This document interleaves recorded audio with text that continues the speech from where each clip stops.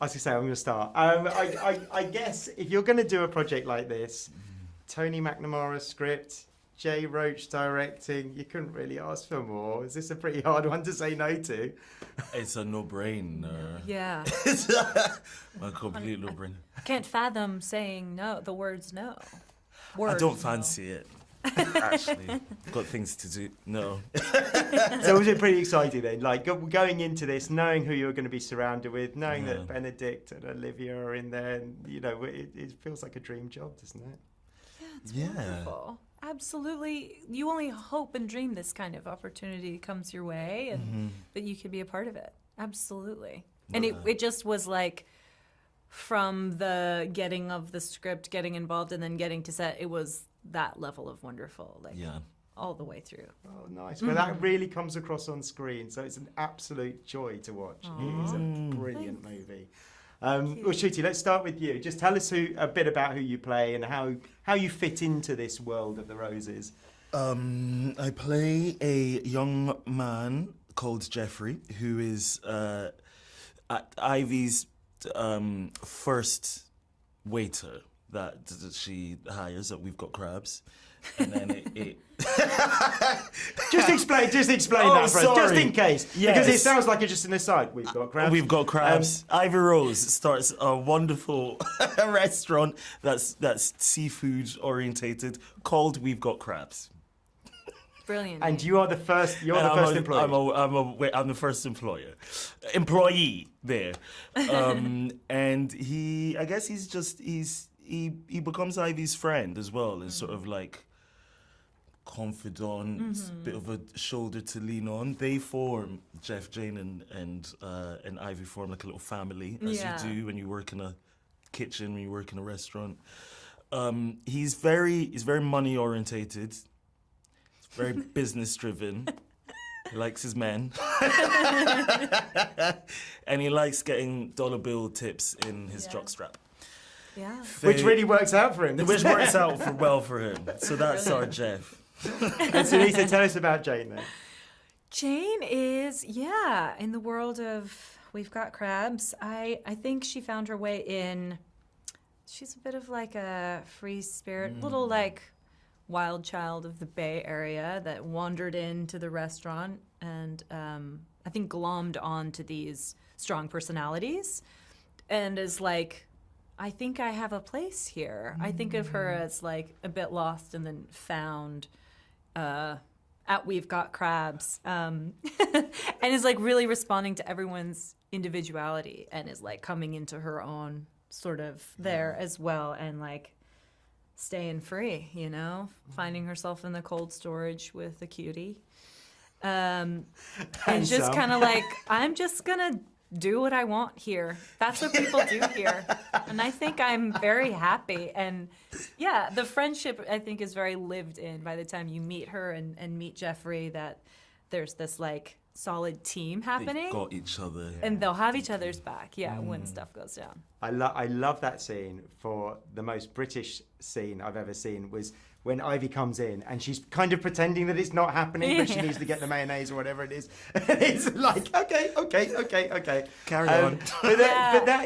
What sort of boss is Ivy? Because she kind of allows everyone to be themselves a little bit, doesn't she? Yeah. Yeah. Exactly. Because she's so herself and technically not maybe a very good boss, but we love her. Yes. And I think that's why you love her, and I think it's why it and I think we would succeeds. do anything for her. Like we have like unwavering loyalty towards Ivy. Yeah, and whatever happens to her. Yeah, just to clarify what I mean by that, she doesn't like doing the boss stuff, like telling people what to do, having the restaurant open regular hours so that the restaurant can make money.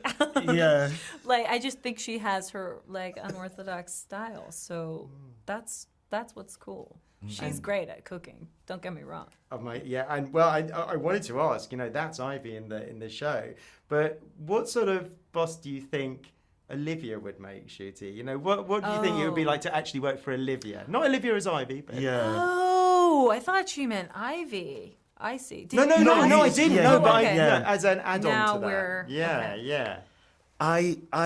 I think maybe kind of similar. I think that she would allow everyone to just be their best selves and encourage everyone to be their best selves. I don't think she would want to tell anyone what to do. I don't think she would want to, like, she would just be like, we just had lots of chats and scones. She's just the best. She's just the best. It feels Well, like her tell me. angel wings are like opened and then you're like under them. Yeah. She's just so very wonderful and Warm welcoming. and welcoming. She wants to have a good time. Because those scenes really feel like it. Yeah. It felt like a loose script. I know it wasn't, but it felt Right. like you were all just kind of playing. We really Yeah. were sticking to this script.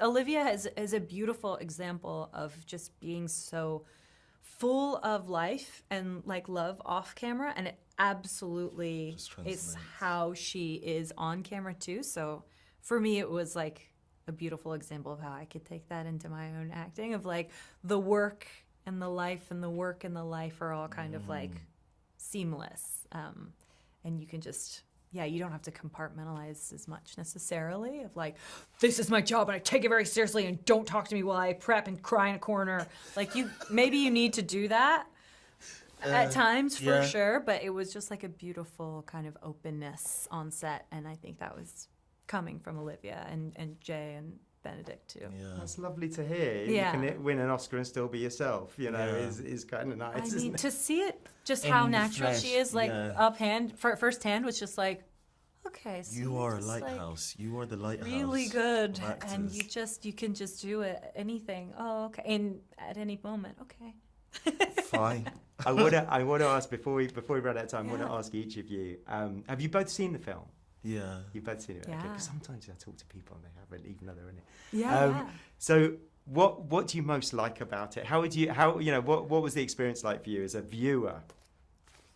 For just as a Brit, like the dark humor, the nastiness I found just so hilarious. I think that scene when they are in therapy and they are going in at each other and then they find a joke at the end and the therapist is like traumatized as to how they've just spoken to each other.